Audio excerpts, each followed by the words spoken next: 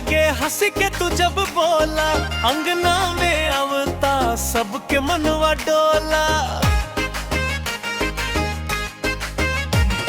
हजरिया चोरा के तू दिलवा कइले घायल, राती भर सोची तो के लागे न चैन नहल।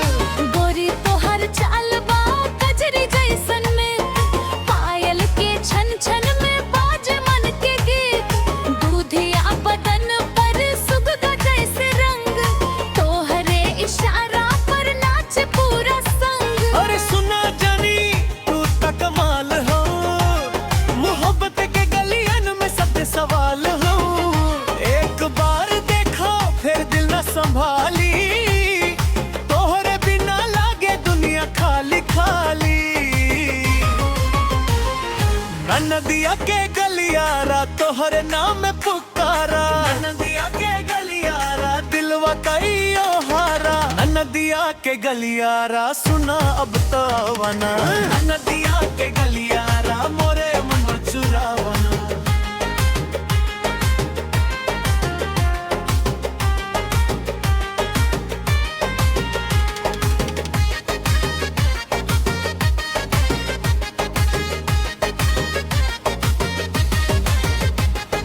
भोर भइलो त याद तोहर समझ भइलो त चेहरा, काम काज सब छूट गई लागे मनवा बेसहरा।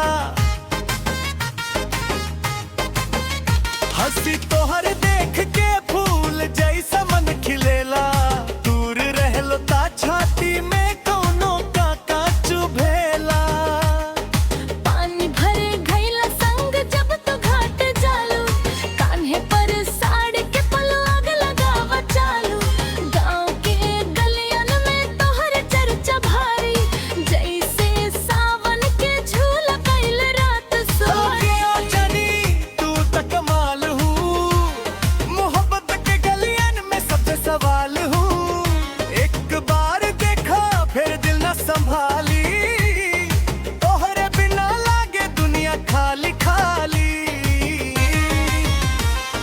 ननदिया के गलियारा तोहरे नाम पुकारा, ननदिया के गलियारा दिलवा तैयो हारा। ननदिया के गलियारा सुना बतावना, ननदिया के गलियारा मोरे मन मचुरावना।